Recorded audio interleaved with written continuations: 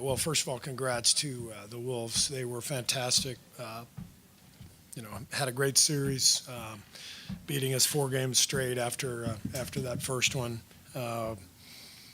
Congrats to Chris Finch, Tim Connolly. They've done a great job here the last few years building this team, and back-to-back Western Conference Finals, pretty damn impressive. So it was a fight. Really proud of our guys. How difficult is the step aspect to this? It's kind of the what if that you always live. Yeah, injuries are, part of the playoffs. I learned a long time ago, the playoffs are really about health, and then just guys stepping up and making some big shots, big plays, in key games. That's what decides every series. And so we've been on both ends of that, and that's just part of it. So there's no sense in dwelling on it. And, I don't want to take anything away from what Minnesota just accomplished. So no sense in even talking about Steph. How much carryover do you feel like there was from going 7 with Houston from the last series into this series, just the attrition that series required? Well, we obviously came in here and won game 1, coming right off of game 7. So I don't think it was an issue. I thought game 3 was the key to the series. We're at 1-1 and we've got a 6-point lead in the mid-fourth, and they made huge plays down the stretch of that game, and that was the one we needed to get. And then I thought the last 2 games they broke free offensively. I mean, they shot 63% tonight. We couldn't stop them. We actually did everything we wanted to accomplish. We dominated the possession game. We got 39 threes up, but 12 more field goal attempts, 15 more free throws. We did everything we needed to do to win the game. But they shot 63%. So ultimately, you've got to be able to guard and get stops, and we weren't able to do that. You guys were only down by 6 with about 2 minutes left in the second quarter. Then they go on that 9-0 run, kind of like what they did in the last game. I guess what happened there? Yeah, they broke free. It felt like the transition stuff in the first half was really key. I looked at the stat sheet at halftime. They only had 6 transition points. I think that was misleading. Those stats are a little nebulous sometimes too. It felt to me like they were getting out in transition and then getting into the paint, and then their passing was spectacular tonight. They had 20 assists in the first half. Had us on a string. We kept having to rotate because the ball would get free, and we'd had to bring help, and the ball started to move for them, and they played a beautiful first half, and that last 9-0 run was a big part of the game.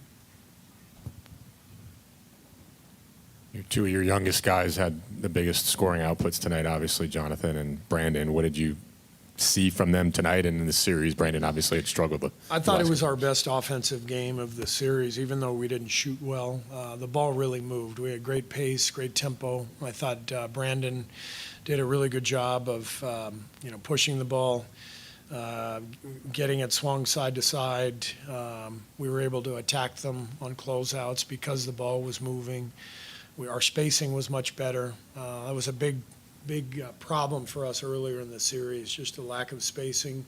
Obviously playing some new lineups that hadn't played together. A lot of lineups that had, guys who are used to being in the paint, and we were asking them to be on the perimeter. Tonight we did a much better job of that, of getting spaced, and that allowed us to move the ball, and both JK and Brandon, had big scoring nights. I was really thrilled for Moses. It's been a tough postseason for him, but he showed exactly who he is, as a player, as a person, just staying ready, coming in, having that big fourth quarter. That was meaningful, and I love our guys. Like I said, we this was a hell of a run for us, considering where we were at the trade deadline. Jimmy changed our season, flipped everything for us, gave us a chance. We became one of the best teams in the league, and obviously, you get to the final 8, in the NBA. You're one of the best teams, and we had a shot, but things didn't go our way. But like I said, Minnesota deserves the credit. They were the better team. With that said, how do you feel about the future? And I'm talking more just next season. With Jimmy now here and what you guys can maybe build on. Yeah, I mean, I'm excited. We got obviously Jimmy and Dre and Steph all coming back. Our young players performed really well this year. There's a lot to look forward to. Not trying to set you up with excuses, because I know you don't want that, but was Butler pretty much 100%, or was he compromised physically? Well, I think he was definitely compromised through all series. I think the injury in Houston definitely impacted him. He's been playing through pain, and I think the biggest thing in this series is that without the spacing that Steph gives us, Minnesota did a great job of just playing us one-on-one. They guarded us on the perimeter. They were trying to take away our threes, and that forced Jimmy to play a lot of one-on-one against a long, athletic team. And his whole game is to ISO, get the ball into the paint, and then move it to generate shots. And they just made the decision not to leave our perimeter guys, even our non-shooters on the perimeter. They just stayed with them everywhere and made Jimmy play one-on-one. And because they have a lot of length and athleticism, it wasn't easy for him to get anything at the rim and in the paint. And obviously they've got Gobert back there. So they made things difficult on Jimmy. Once Steph went out, it changed everything for our whole team, but especially for Jimmy. Steve, you guys did a nice job, especially in the first half, of getting Anthony off the ball, which is what you wanted to do. He had 6 points at halftime, but you guys were down 15. Is there an adjustment that you can make from that? Or, where do you go from that when you're down 15 and he has 6 points? Yeah, I mean, we blitzed him early in the game. We were trapping him, and they got free, and they scored several times against our blitzes, and that's the risk you take, when you go to that coverage. So I thought all in all tonight we threw a lot of stuff at him, box and one possession, a lot of zone, trapping in the backcourt. But they're a hell of a team. They've got shooting everywhere, and that's the name of the game in modern NBA. If you can space the floor with 4 or 5 different guys, it makes defense really, really difficult. And I thought their spacing, their shooting just spread us out, and that allowed their guys to attack and get into the paint. Following up on the earlier question about Pods and Jonathan, your younger guys, obviously with Steph's injury, they had a bigger role in this series. How much can this playoff experience sort of help them going forward? Fantastic playoff experience for both guys. Very proud of Jonathan, to go from where he was in the Houston series, not really being part of the rotation. And then when Steph got hurt, staying ready and coming in, and he played really well here these last 4 games. And BP, this was a great experience for him. He said there were times in the series where he was hesitant to shoot. Even tonight, he was 4 for 6. I thought he could have gotten 10 or 11 threes off, and we needed those. And I told him that after the game. I said, when we get back here next year, you are not going to turn down a single shot. And that's part of the playoffs. I lived it as a player. It is it's a mind game. I call it, something more profane. It's, but the playoffs are they are a mind game. And it's really easy to lose your confidence. Teams throw different schemes at you. You have a bad game, and everybody's talking about your shooting percentage, and you feel like you're on an island. I've been there, and it was great for Brandon to go through that and then finish the series with a great game, because he's got to understand this is what it feels like. Nobody cares in January if you have 2 games where you're 4 for 20. But in the playoffs, everybody's writing about it. Everybody's talking about it. You feel exposed, and that's a big part of playoff experience, is understanding you got to keep firing. You got to stay aggressive, keep your confidence any way you can. Steve, you mentioned earlier we had a shot. When you look back at this series of the playoffs, the way you guys played to get out of Houston, the way Steph and you guys were playing that game 1 right before you got hurt, will you wonder what if? What did you think, how far this team could go, the potential? Yes, the next few days. You know, I mean, actually I don't even have to think whatever. I know we had a shot. I know we could have gone the distance. Maybe we wouldn't have, but it doesn't matter. Again, everything in the playoffs is about who stays healthy and who gets hot. You know, are you playing well at the right time? Do you have multiple guys step up in key games, make shots? And do you have good health? And, you know, you see it every year in every series. And so there's a little bit of luck involved, you know, and we, like I said, we've been on both sides of that, and it's just part of it. Does it give you confidence going into next season of knowing like what this team is capable For sure, for sure. The second half of the season, we became one of the best teams in the league. We had, you know, really, I think the #1 ranked defense for the last 30 games. We became a two-way basketball team.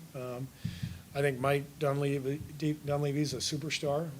I think what he's done in the last couple of years, I have total faith in Mike and his ability to look at our team, figure out what we need, and help us get better this summer. And I'm excited for what's ahead.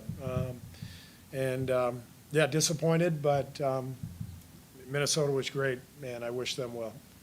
Steve, given the ages of Steph and Draymond and Jimmy, how much is luck just a part of when you get to this point? Luck that they stay healthy, luck that, you know, older players stay upright at this point? You need luck when they're younger, too, you know? You do. Like I said, we've been on both sides of it, you know.